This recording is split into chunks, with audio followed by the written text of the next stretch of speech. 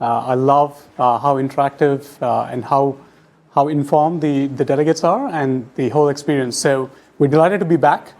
My co-founder, Madhura Maskaski, did the last presentation and most of the last presentation, and she asked me not to screw this up, so no pressure. But what I'd like to do today is I'd like to go over Platform 9. For those of you who aren't familiar with us, tell you a little bit about what we do. And I'd like to start off with a quick introduction to the team at Platform 9. So we were founded in 2013. The co-founding team comes from VMware. A lot of us were early engineers at VMware and had a big front row seat in the virtualization phenomenon. We've now expanded. We're now 35 people, and it's a great team. I love working with them. It's one of the best parts of my job is to have the people that I get to work with. This is a team that's built a lot of products that are very well loved in the industry. vSphere, Akimbi Slingshot, for those of you who know the inside secret on that, which went on to become VMware Lab Manager, UCS, Azure, and a few other well-known industry products. We're very well funded by leading Sandhill Road firms from Silicon Valley, Menlo, and Redpoint. And we've been honored with several awards in the 2 years that we've been around. So what is it that we do? We started Platform 9 with a goal to make private clouds easy. We believe that the public cloud has changed how people use infrastructure, how people use and interact with computing. It has brought the dial tone to computing. And we believe that there is a large market for people who have server infrastructure, virtualized infrastructure that they want to use, but they want to have the same dial tone and the same time to value that you can get from the public cloud, but while having control on the underlying server infrastructure. So that's what Platform 9 does. Our target customers are primarily enterprises. This is a little dated now, but we are in production globally. We're obviously a US-based company, primarily based out of Silicon Valley, Sunnyvale, but we have customers who are using us across the globe today. And many of these are US customers who have sites across the globe that they manage with Platform 9. I'd like to introduce a solution, and then I'd like to do a demo. The solution the product that we build is called Platform 9 Managed OpenStack. And it's based on OpenStack because OpenStack is the de facto standard when it comes to private cloud infrastructure. The model is that Platform 9 is hosting and managing the OpenStack control plane, but making it available as a SaaS-based managed service for any enterprise to use with any server infrastructure that they may have, wherever those servers may be. So those servers could be in one site, multiple sites. Those servers could be running a range of different operating systems. They could be from a variety of different makes, and we support multiple hypervisors. So today we're in production with KVM and vSphere. And the idea is that we make it really simple to go from having a server infrastructure to having a truly operational private cloud, and we do that in minutes. Is it your intention to try to be like a AWS-like portal to OpenStack kind of thing? Is that where you see your? Yeah, so that's a great question, Ray. So if you look at Amazon Web Services, what is amazing about that is it the server infrastructure that they have underneath? Oh, it's just the interface, really. It's the management fabric that they have that almost like magically takes servers, computing infrastructure on the back end and presents a dial tone on the top, yeah. Right? And there's no complexity. You can just use it. And the idea is exactly the same. We're inspired by Amazon Web Services, but we want to be providing that experience while letting everyone control the server and underlying infrastructure choices that they want to make and use what they already have. So two things that customers tell us they love us about. One is the fact that we provide the operational SLA. That tends to be the hard thing about private clouds. And the other thing is how open this system is in terms of interoperating well with a VMware environment or a KVM environment, CentOS, Ubuntu, Red Hat. We're agnostic. We don't have a horse in the hardware or in the OS game. We want to make customers successful with the infrastructure that they have. So what I'd like to do is I'd actually like to do a demo I'm told that Tech Field Day audience likes demos, so we'll try and do as many demos today as we can. So let's actually flip out, and I'd like to introduce you to the product. This is what this is Platform9's internal deployment of Platform9. This is what we use ourselves. When we started the company, we were using Amazon Web Services. And over time, 90% of our workloads are now being run in-house on our own server infrastructure that is being managed by Platform9. So we eat our own dog food. Every release that goes out, as Stephen put it, version 1.01b, has to be used by our own development team in the continuous integration lifecycle that we have for a week before we release it to customers.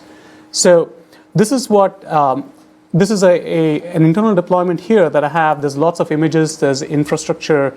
Right now, it has 300 VMs running on it. There's a variety of capabilities that you'd expect to see in a cloud platform, and we'll go into the specifics of each of these a little more. What I'd like to show you is how quickly can you get here to an operational private cloud if you have a VMware environment. So in this window, I have a vSphere environment that is running in our server infrastructure in our lab. And what I'm going to do is I'm going to bring this on board with Platform9. So this is a demo environment that we have, pf9vmware.platform9.net. What I'd like to do today is actually show you the process of onboarding onto Platform9 with any Linux or VMware environment that you may have, okay? In the interest of time, I have done one thing ahead of time. I have downloaded a gateway, and I'll explain the architecture while the demo is actually running. I've downloaded this gateway, and I have deployed it here so that it doesn't take a few minutes while the OVA is downloaded and imported. So this is actually running here. Once you deploy a gateway, this is a gateway that's packaged as an OVA for VMware. For Linux customers, people using KVM, it's packaged as an agent that you install on any individual hypervisor. And that gateway goes back to the control plane, and it requests authorization. So that's where we're picking this up. So when you go in to authorize the gateway, you see a message. You have one newly added host that's awaiting authorization, and this is actually the gateway that I've just deployed. If I go into so you know this is live when I run into a bug like that. So when I go in to authorize the gateway, I get to see clusters, data stores that are in my vCenter environment. So these are the clusters that you'd expect to see in the vSphere environment. And I can choose which of these clusters I want to authorize with Platform9. So I can be a VMware admin and say, I'm going to start small, just give it a small sandbox for it to get started with, okay? So I'm going to pick a couple of clusters, and let's go ahead with this. And then I'm going to choose for each cluster. The gateway has done a quick inventory of the storage connectivity to those clusters. For each cluster, I have to pick at least one data store, and you can pick multiple data stores. These are serving as a storage capacity for your private cloud. Okay. Finally, I have to authorize the image library. So every cloud has a repository of images that you can use as a basis to provision new instances. And in OpenStack, that's provided by a component called Glance. You have to choose where you want your Glance image repository to run. I'm going to choose this to be addressable from this local address on my LAN. And I'm going to go down here and select the same data store that I had authorized. This is where the Glance catalog, the Glance images are going to be persisted. So what that means is that the vSphere templates here are going to be exposed as Glance images that are available within my cloud platform. And likewise, when I create a new Glance image from either a VM or in any workflow, it will be persisted on that vSphere data store. So I'm missing a point. Glance service is on the cloud. So you are providing the service, but actually the repository is locally. So all the transactions are local. Yes. But, okay. Correct. So the Glance API endpoint is the OpenStack control plane is hosted as a SaaS service. Everything. But you do have on-premise components as needed. Data path tends to be on-premises because you don't want data I/O going over the LAN. So the idea is the separation between the control plane and the data plane. So the Glance API endpoint is necessary for provisioning of new VMs. So when you provision a new workload, you need to go get it from that local endpoint. So it's local I/O traffic. So we want that to be local. So Sirish, in your authorization here, you're doing it within your own interface. This is only your own internal authorization. That is correct. So if this is you as an admin authorizing these components for other people to use within the ecosystem? That's a great question. So I'm playing the role of a vSphere admin who's just signed up with a Platform9 account. I have a VMware environment, and I have my dedicated OpenStack control plane. I'll actually kick this off while we talk because it'll take about 3 minutes to cook. And I think it brings us to something that I want to show. I want to go back to the next slide and actually talk about the architecture for this. So that demo that I just kicked off, I was playing the role of a vSphere admin, and I'd like to explain the architecture while that demo cooks in real time. I'm a VMware admin or a private cloud architect, a cloud architect that wants to provide self-service, automation, so on and so forth. I have infrastructure capacity today. There's many vSphere deployments that I have internally. I chose to get started with one of those. So the question is, how does this virtualization infrastructure serve as the underpinning of a true private cloud? Okay, and the way we do that is we provide the OpenStack-based cloud platform, and we make it very easy to integrate that with your vSphere environment. And we do that with the vSphere gateway, the one that I had downloaded. It's the OVA that I had downloaded and deployed into my vCenter. When you deploy that vSphere gateway, so you just log into your Platform9 control plane, OpenStack control plane, download the vSphere gateway, and deploy it into vCenter. It's a standard OVA deployment. Everyone who's used vCenter tends to be familiar with that. At the end, you just bind it to your vCenter server. Nigel. So is there high availability for that? And if you don't deploy it in a highly available manner, what happens if it goes away? I think that's a great question. So the vSphere gateway is actually just an API proxy. It doesn't have any state of its own. So the state is actually either in vCenter or in the cloud. All that's all the state in the gateway is just transient API calls. So it's not, high availability is not required. Now, you could deploy it in an HA cluster if you needed to, but it doesn't matter. You could destroy it and build it again, and it would pick it up at exactly the same state. I'll tell you how that works, because that's actually a very interesting point to touch upon. So would that same thought process apply to a DR site as well? Since it seems stateless, you wouldn't necessarily need it to function in a disaster situation, but you still might want that connectivity? So when you have a DR site, you'd basically want the vSphere gateway. So for the Platform9 OpenStack control plane to manage a site, you do need the gateway to be up and running. But the state that needs to be backed up is actually either in vSphere or in the OpenStack control plane. So if you do have a failure of the gateway, you need to bring it back up. So, but my point is that there's no persistent requirement in terms of having critical data that's backed up there. So do you plug the gateway activity or firing up as part of an SRM script that you would run in the case of disaster recovery? Is that what you? Yeah, you could. You just need to have the gateway come up as part of the SRM. But it's going to be a different vSphere cluster. That's okay, and that's okay because the way this works is that the gateway knows the object identifiers that it's working with. So when it comes back up on the new site, the gateway would correctly detect that there is a change in the underlying identifiers, and it would do the right thing. Based on what exactly? Because the VMs will have new UUIDs, etc., right? That's exactly right. So the design would be in a DR context. If you have a primary site and a secondary site, you'd want to deploy one gateway in the primary site and a second gateway in the secondary site.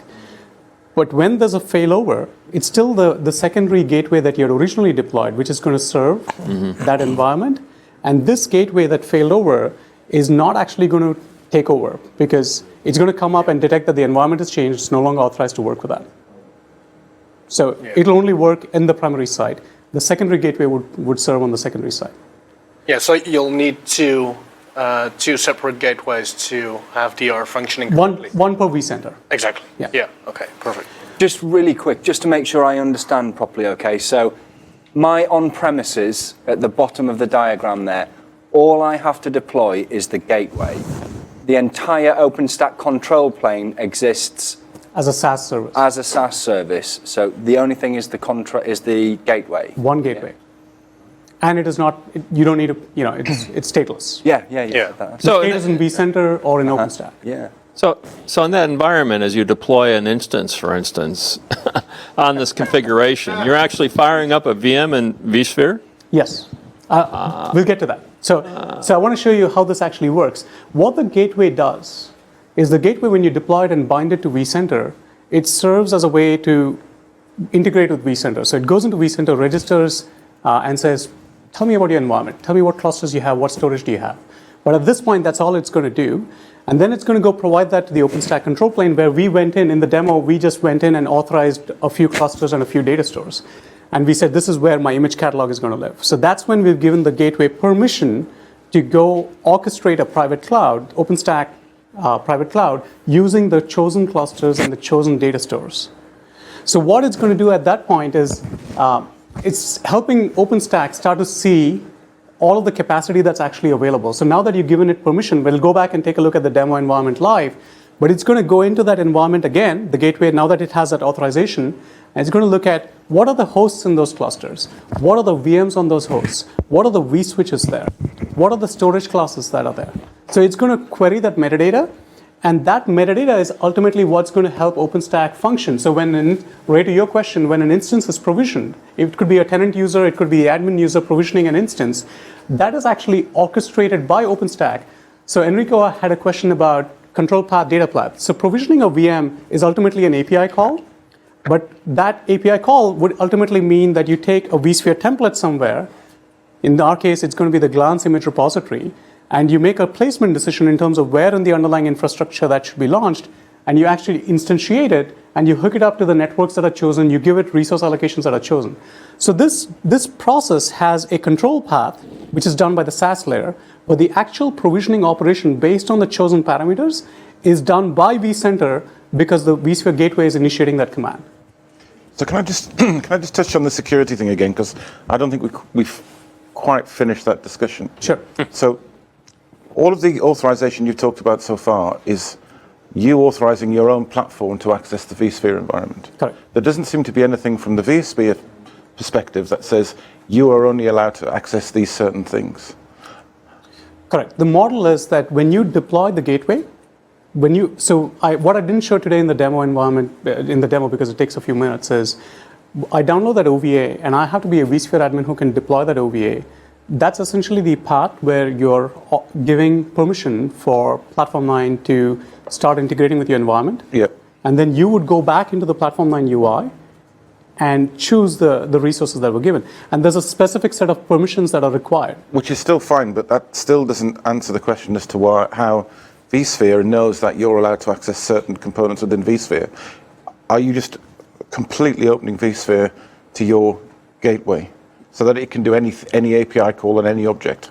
So when you deploy the gateway, you have to provide credentials. You have to provide the address of the vSphere and the credentials of a user account that it would use to log into vSphere and perform operations. And I suppose in your demo one, you just use root and you just did it with administrator is a very basic one.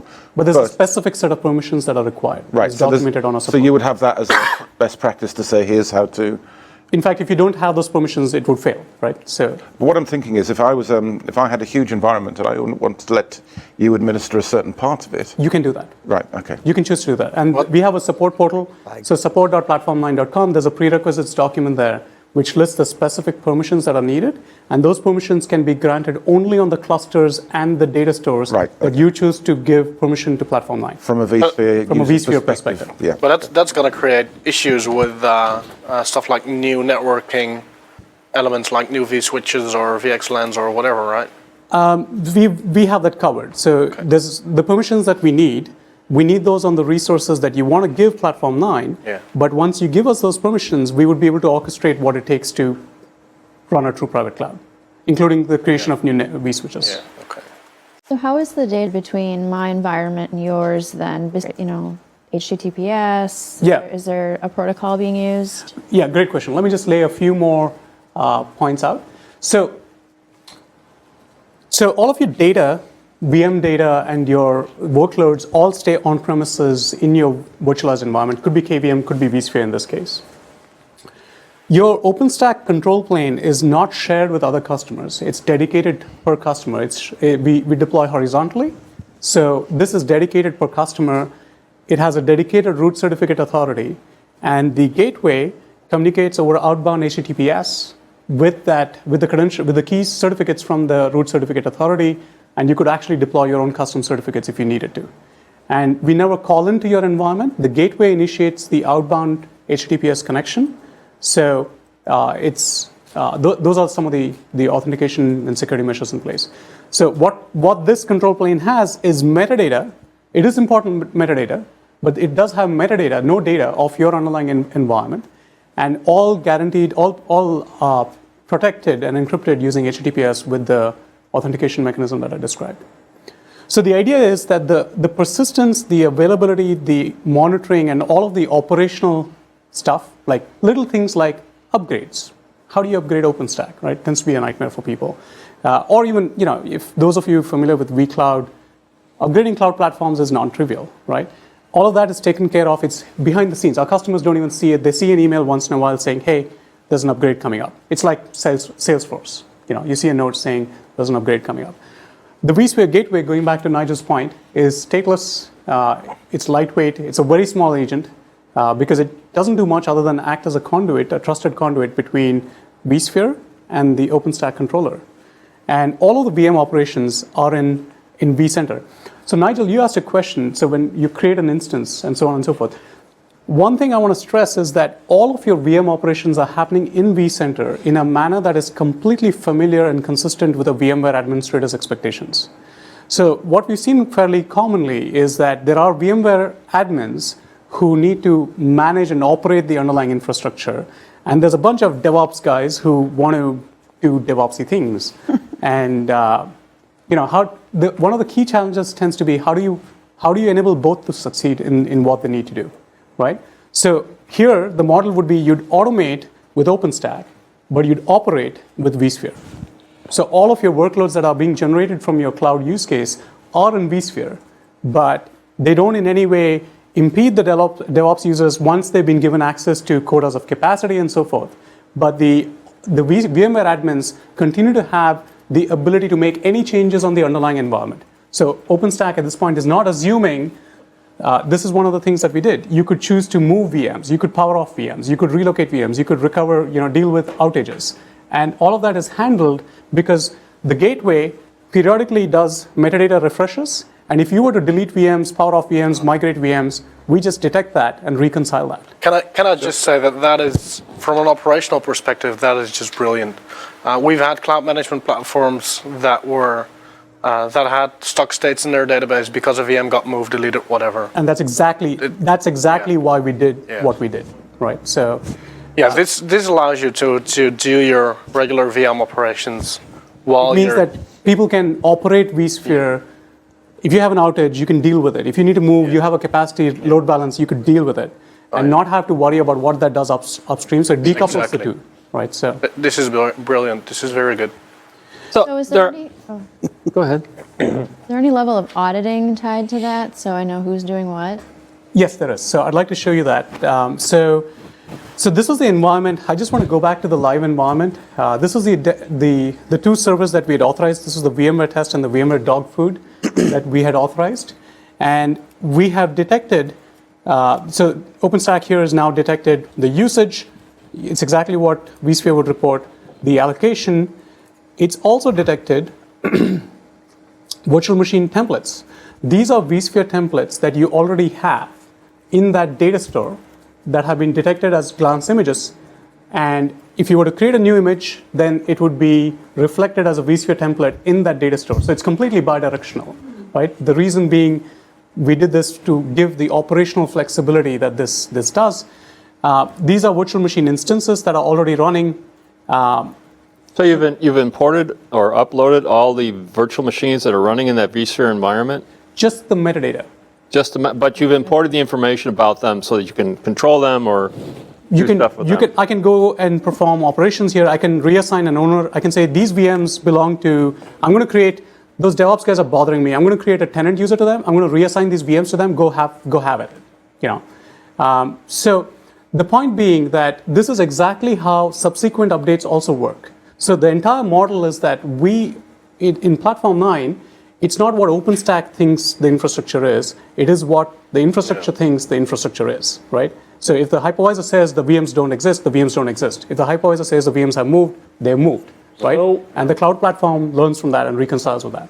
What if someone hacks into your system? Something that happens. Hacks into the system.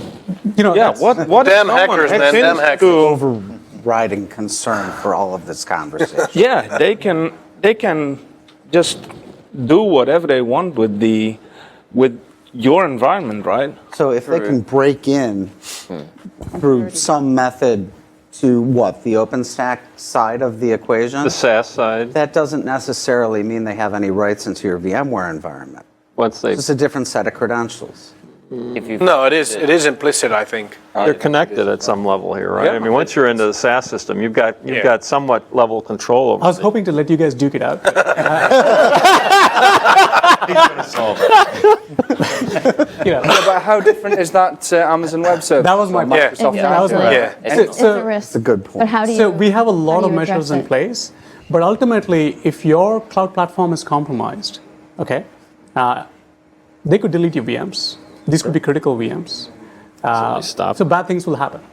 But So it's something that someone will take into account when they go into Amazon, right?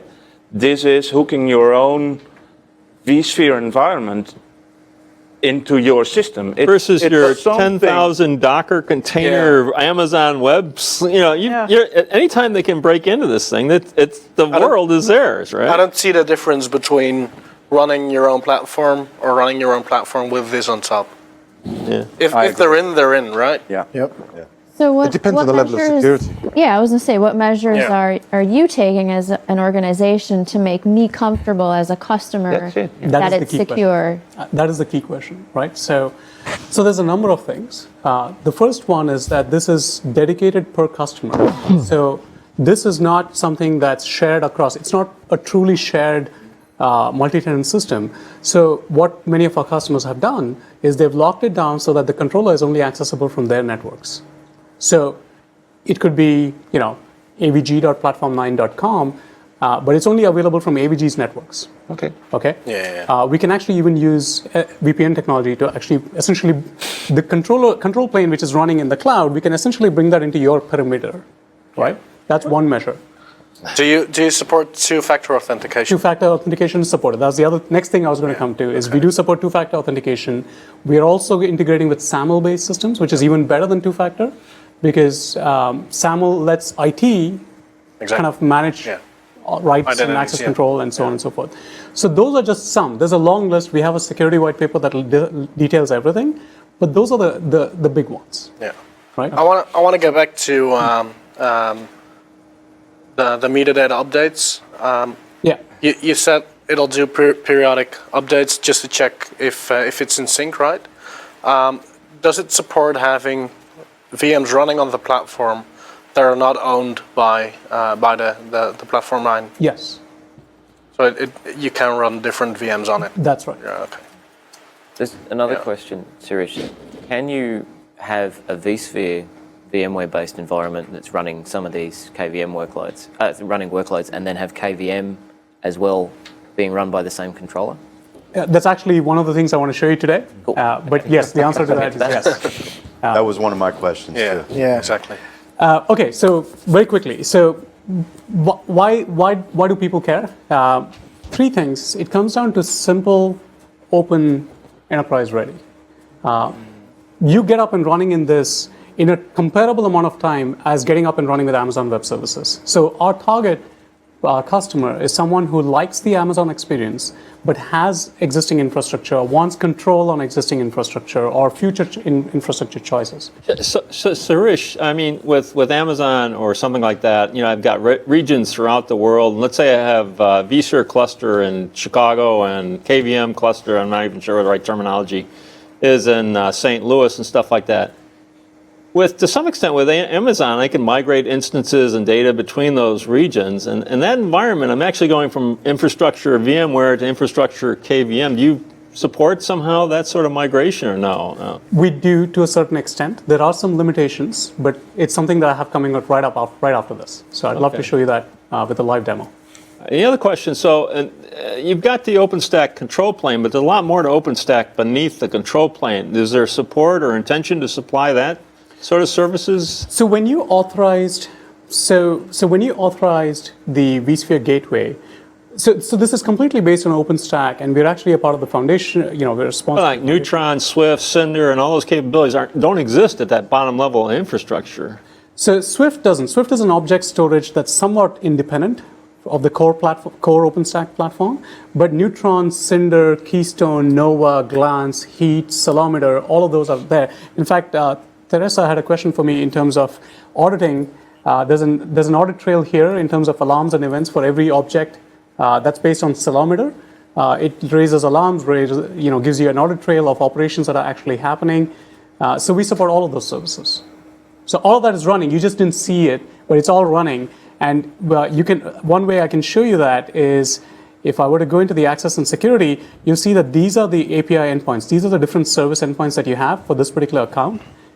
This is where the Ceilometer API is. This is where the Cinder API, the CloudFormation API is. This is where Cinder is. This is where Heat is, Keystone, Nova, and so forth. So it's the whole. But they're somehow mapped to VMware vSphere services. Yeah, it's just the underlying capacity is from vSphere. Yeah. But that's what we do. I mean, that's what the vSphere gateway is doing, rather. So have your cake, eat it too. Yeah. So very quickly, simple, open, enterprise ready. Simplicity is about operational SLA, the time to value. Open is because it's all based on OpenStack APIs. So what that means is that we give you integration with a wide range of tools, Puppet, Chef, Salt, Ansible, Fog, Terraform, Vagrant, Packer. It's a standard. And then on the storage and networking side, I have demos coming up there, where you could use a variety of storage and network systems and use a variety of hypervisors over time. So that's the value of being open. Enterprise ready, the specific point we spoke about, we did a lot of work to make the bidirectional sync work, because we know what happens when you have a cloud platform that has a mind of its own and does not handle changes to the underlying environment. So that is an example, but what that means in terms of a benefit is that you get started with existing environments and you have the operational flexibility to go make changes to that environment over time, right? And then it's highly available and scalable. So all of that, the availability and scalability is part of our SLA. We take care of it, our customers don't deal with it, right? Could I just ask two more questions before we move on? So the first one is about supportability on the back end. So do you support stuff like NSX, for example? Just thinking from the top of my head, I actually run a platform comparable to what you're demoing here with VRA and NSX and lots of other stuff. I'm trying to think about the corner use cases where this might or might not fit. Yeah, that's great. So NSX is not yet fully supported. We have Neutron in beta. We announced a beta program recently, and I think it will be this year. So we are working closely with VMware. And that's going to be via the Neutron. The Neutron. And VMware actually has, the NSX team has built a driver that we're going to be integrating with. So we actually partner with VMware on the, we partner with vSphere, we partner with NSX. We could be viewed as an alternative to VRA in some ways. Exactly. All right, now the second part of that question, you mentioned the OpenStack APIs, which are awesome for developers, right? Do you actually expose those APIs via the public internet, or is that also an option to publish via the direct connection or the VPN you mentioned? You could do either. So by default, it's hosted by the hosted service, which is available through the public internet. But once you lock it down, it's only available through your network. Exactly. Okay. So from an SLA perspective, how are you ensuring my data is still available on the back end? Are you replicating data to another data center? Are you backing things up? What are you doing? That's a That's a Tech Field Day session in itself. We actually did a webinar. It's one of our best webinars that our DevOps team led, talking about some of the things that we do. But essentially, there's a lot of things. It's basically backed up every night. The metadata that every customer has is backed up every night. It's snapshot. It's replicated so that there's no loss. It's also something that is tested. So we actually test recovery every so often. And when we do an upgrade, we actually use this backup data to perform an upgrade. So the upgrade workflow, every time we release a new release, that upgrade workflow actually tests this process as well, because we actually use the last, we take a snapshot, we use that snapshot to rebuild a new environment and run a new app layer on top of that. So we test that essentially all the time, but also we simulate failures and disasters. Yeah, aside from providing an OpenStack control plane, what do you think you actually offer the data center in this environment? Because I mean, vSphere exists. It's got vCenter. It's got all sorts of capabilities of managing its own services and that sort of stuff. Yeah, and I think that's a great question, right? So Go and use it. Go and use it? I haven't used it, so maybe I'm speaking out of turn, but I'm just saying that there are some capabilities in There are some capabilities. vSphere and that's vCenter absolutely true. And to manage virtual machines and data, absolutely. data, all that stuff, right? but You think OpenStack, this control plane is better? I mean, so it's not. It's a different mentality. Yeah. It's all about giving your developers and being able to give So- you that cloudy feel, right? Well, you could look at it from a different perspective as well. Even if you don't have developers, right? This allows you to create a portal where your customers can log into your infrastructure as a service thing, because it's it's multi-layered and exactly. Gives you true multi-tenancy to a VMware environment. well, I'll let others decide about the true part, but it does, right. Yeah. So I have a section today where I talk about how customers are using us, and I hope that'll make it a little concrete in terms of the value that people realize.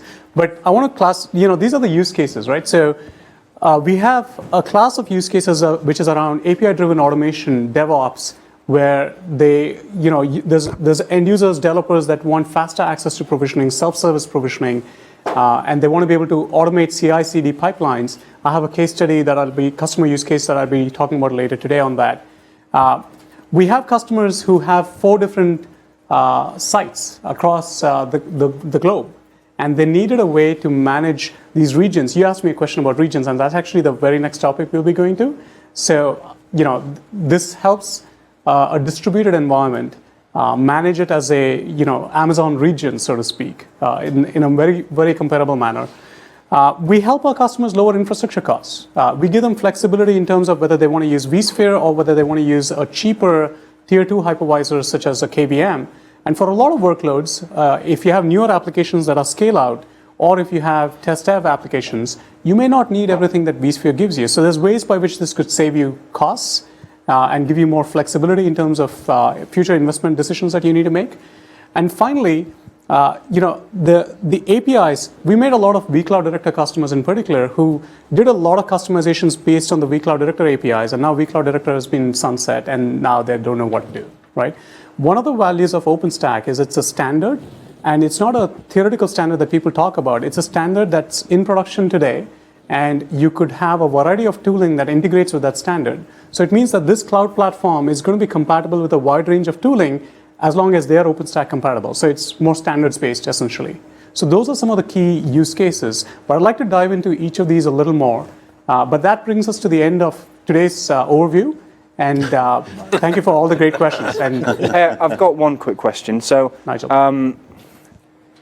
How viable will you be as a company and as a platform if OpenStack itself gets simpler to use and to deploy and potentially even upgrade in the future? come on, be realistic, Nigel. Come on. But is the entire premise of the business that OpenStack is undoable by mere mortals? Yeah, but OpenStack doesn't necessarily allow you to onboard a vSphere cluster or a KVM cluster today. I mean, OpenStack says I'll build my own cluster with my own services and stuff like that. Right. Right. So About extension. I think that's a fair question. I would say it's a little more than OpenStack. What we've seen, I was on vCloud Director at VMware. I've been there since Workstation and through the years.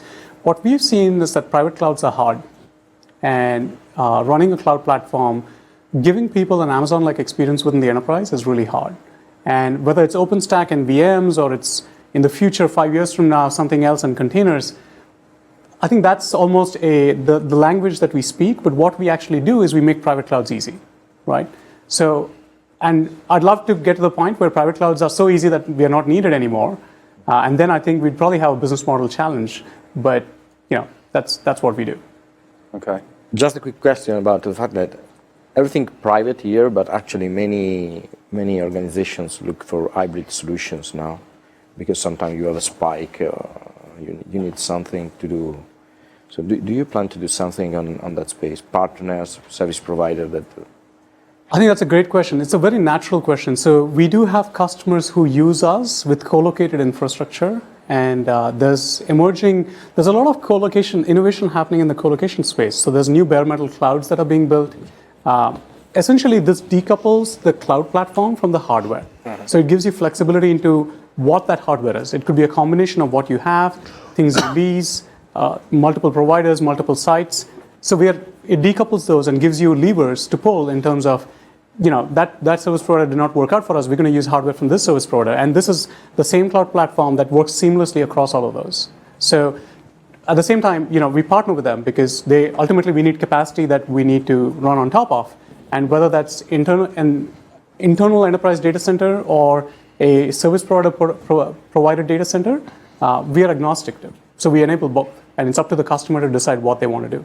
So there's customers who use us in a hybrid context in that sense, one of whom we'll be talking about later today. Thank you. If I could ask one last question though. So you mentioned being agnostic and basically commoditizing everything beneath the cloud platform, right? Does that mean you'll be working on tooling to migrate from the more expensive hypervisors into the cheaper ones? Yeah, that comes up a lot from customers. Oh yeah, So I'm one of those customers, to be honest. So look, we're not an anti-VMware company, but at the same time, we want to give customers choice. We think that vSphere is a fantastic hypervisor, the best in the world, but there's a lot of use cases where you may not need all of vSphere. But so we do have support. We have a support portal, support.platform9.com, where there's a documented process for how you migrate, and we have a backlog item that a customer is pushing us on, saying, automate that. You clearly know how to do this. Exactly. Automate it. Going back to Ray's question, right? Which will actually come. Yeah, because the hard part about migrating is metadata, right? Getting all the right data back into your new hypervisor. Yeah, and you've got that. We know what it takes to do it. Yeah. So we could.